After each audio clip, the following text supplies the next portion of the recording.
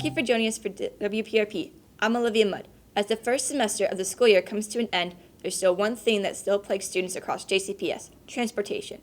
WPRP reporter DeMarco Turner has an update on the ongoing bus issues.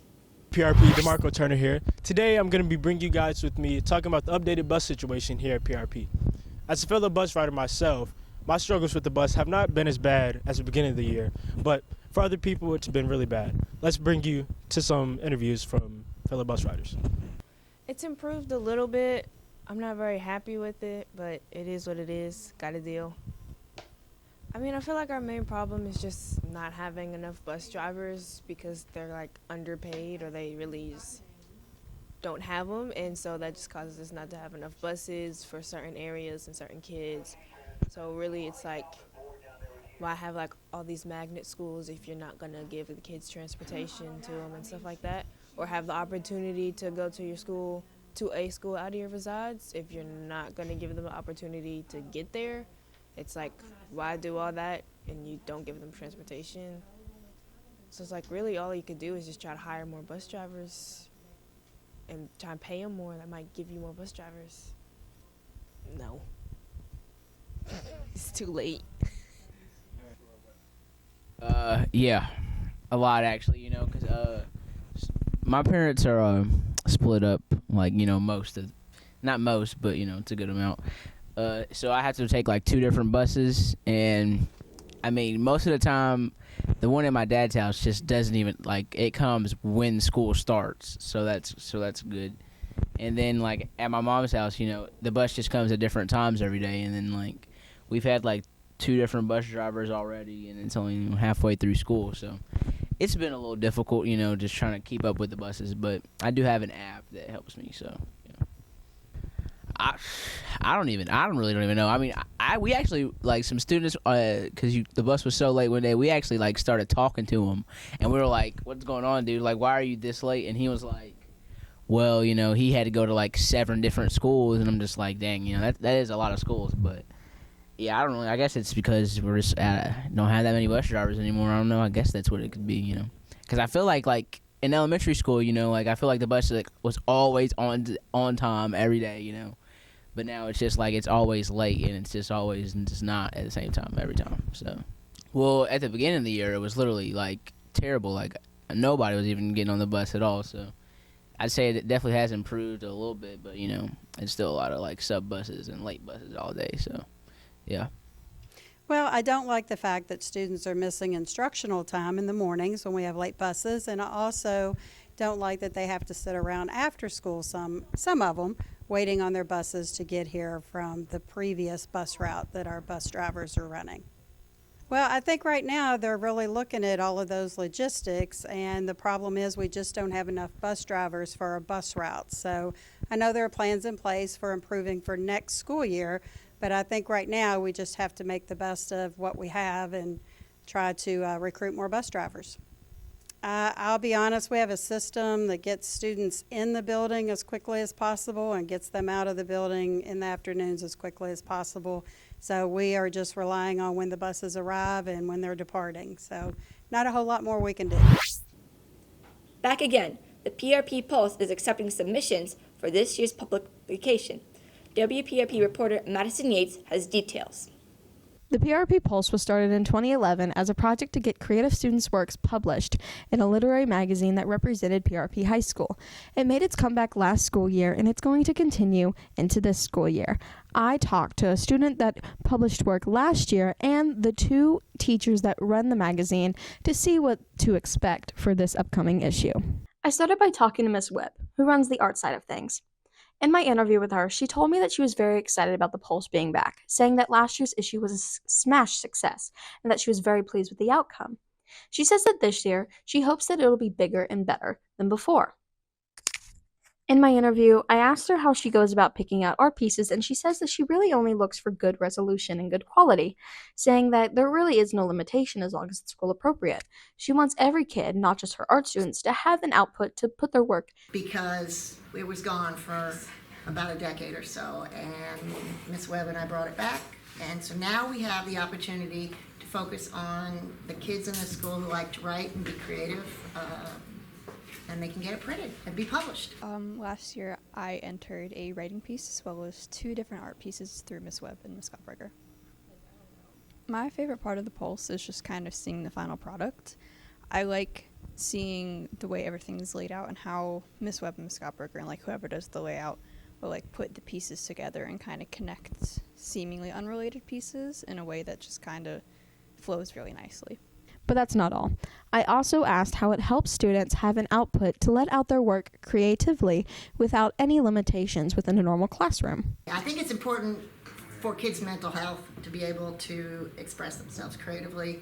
I think it's important for kids to see their work published so that they understand that feeling of reaching out to an audience, maybe people they don't even know who have read the material and connected with it.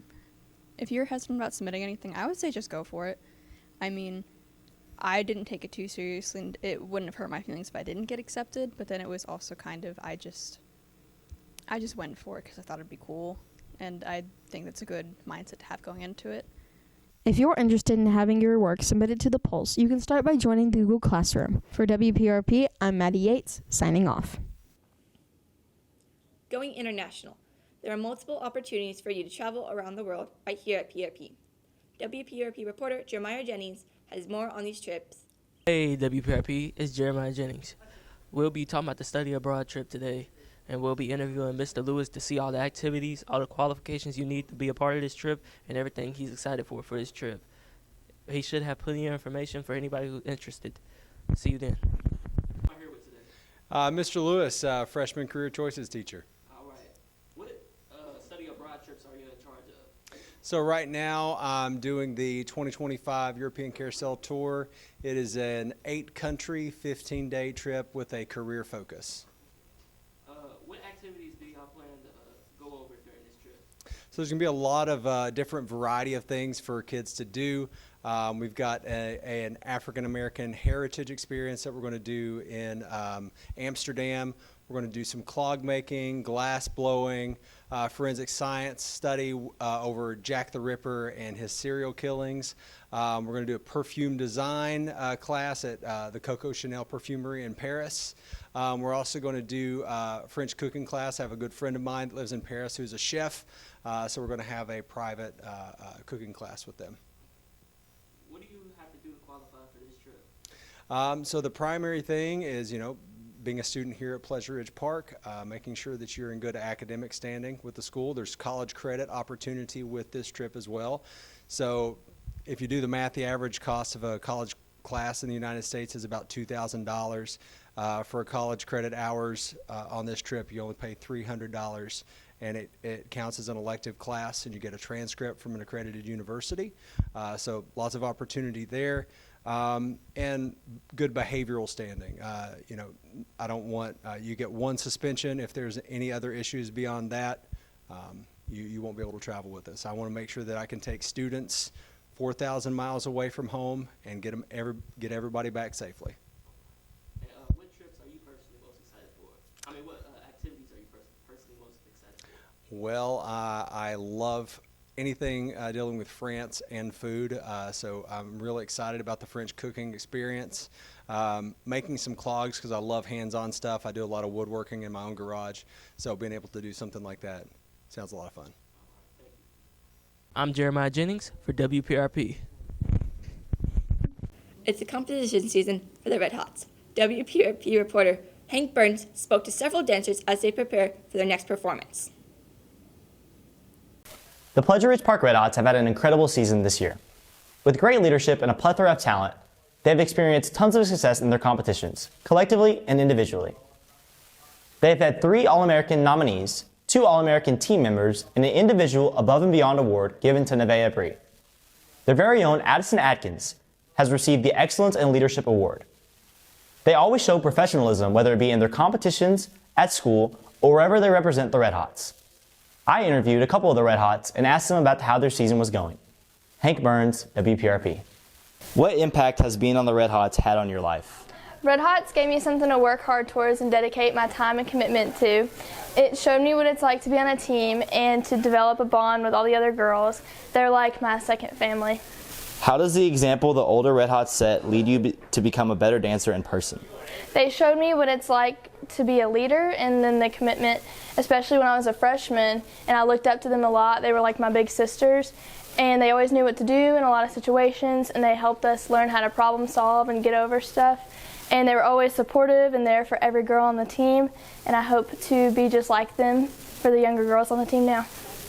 What are you most excited for at Nationals?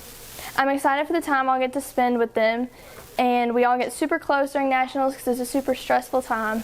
So we're all crying, laughing, doing everything together, and we're all super nervous, so it just makes us click a lot better when we go through all the same stuff. And it definitely makes you more prepared for the next comp season. Safe Strange. Safe, how do you manage balancing 2 sports in high school? Going from the softball team to the Red Hots, it is a big change, and sometimes it can be a challenge, but when you love what you're doing and you have fun, it's worth it in the end. What is your most memorable moment on the Red Hots? Probably going to camp every year, every summer with all my friends, and you really get to bond and learn new people, and it's really fun. What are you looking forward to most at Nationals? Pretty much the same thing, just hanging out with these girls that I love and having fun, and we all get to do what we love together. We wish the best of luck to the Red Hots as they take on Nationals, and we will be cheering them on from Kentucky. Hank Burns, WPRP. Calling all gamers, PRP's Game Club just hosted its very first tournament of the year. WP reporter Aaron Bowers takes us behind the scenes. Games Club just concluded with their first Super Smash Bros. Tournament of the year. It was a 1v1 best-of-3 elimination bracket, and there were 15 entries, 4 semifinalists and 2 finalists. The winner of the tournament was David Antonio. As you can see here, he has his Bidoof plushie, which he won for first place. I would like to thank all the participants in the tournament for helping it run very smoothly. We got it all done in quite a timely manner. We had multiple games running at once, so thank you for everyone who brought their own Switch and controllers. It was a huge help. If you're sad about missing this tournament, don't worry. There will be another one at the end of next semester, so stay tuned for that. The class of 2024 needs you. WPRP reporter Shatria Harrison has details on the group's fundraisers and how you can help. Reporter Shatria Harrison reporting on the 2024 fundraiser bake sale. They were selling brownies, cupcakes, and cookies throughout the weeks of the 12th through the 22nd before Christmas break. Let's see who organized it. Ready for the fundraiser? Yes, I'm very ready for the fundraiser. What are you guys doing? We are having a bake sale for the class of 2024, and the products will be available for sale after school. And who's in charge of the bake sales? Shatria and Bree Harper, sorry. All right, thank you. Thanks. The bake sale was held in the lobby of the main building. This is WPRP reporter Shatria Harrison signing off. 'Tis the season for trees, lights, and fun. Let's take a look on how PRP is celebrating this holiday season. I am waiting for the first lunch bell to ring. Soon we'll be finding out what holidays staff and students celebrate here at PRP. Technically, my family both split. My mom celebrates Christmas and my stepmom celebrates Yule, and I celebrate Yule with her. I stay with the Yule traditions. We don't have a chimney, so we can't do the Yule log. So we do end up actually just putting a little Christmas tree up, but it's a small one because we don't need any of that. And then we do all of our Christmas on Yule instead of actual Christmas. We celebrate Christmas and New Year's.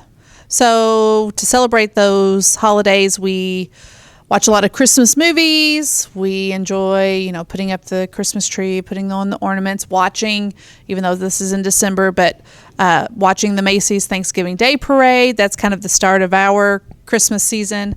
We like to go out and look at Christmas lights, paint pottery, usually something Christmas related that we'll display every year when we pull out all of our stuff. And we're pretty much a homebody family. We like being at home. We like being together. So we just spend time together and enjoy each other's company.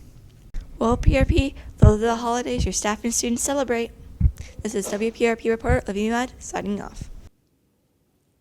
A season of giving.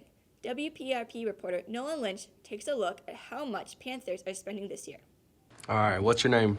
Hi, I'm Mr. Chonka. And who all will you be buying Christmas gifts for this year? My wife, my son, my mother-in-law, my sister-in-law, my immediate family, Okay. and all my nieces and nephews.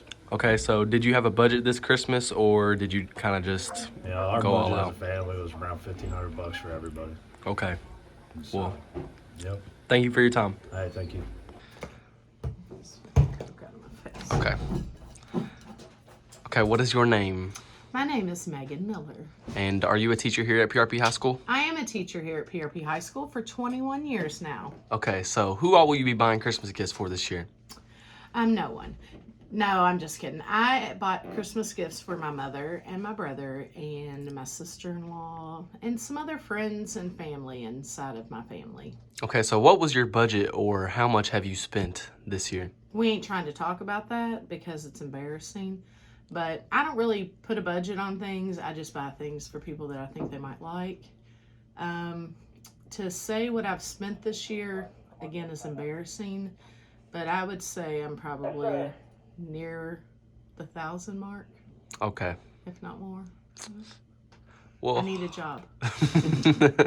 Okay, thank you for your time. You're welcome. I don't know what to All do right. with my hands. Give me your name and occupation. My name is Aishas and I work at Chick-fil-A Dixie Highway. Okay, who all will you be buying Christmas gifts for this year? I'll be buying gifts for my mom, my dad, my sister, and my girlfriend. Okay, so how much are you estimating to spend this year?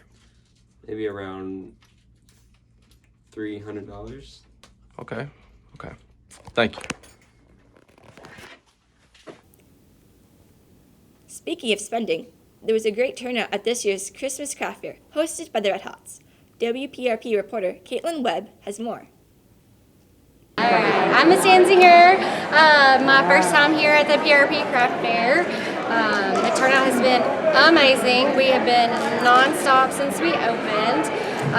My sister and I are selling Connie's Creations, which are actually handmade items from my mother.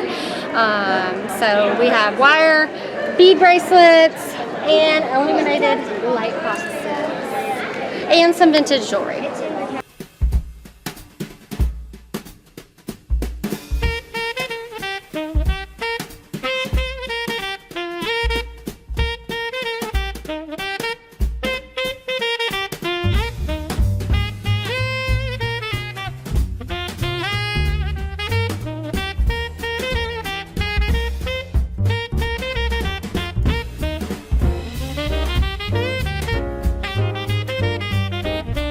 Ho, ho, ho! Merry Christmas!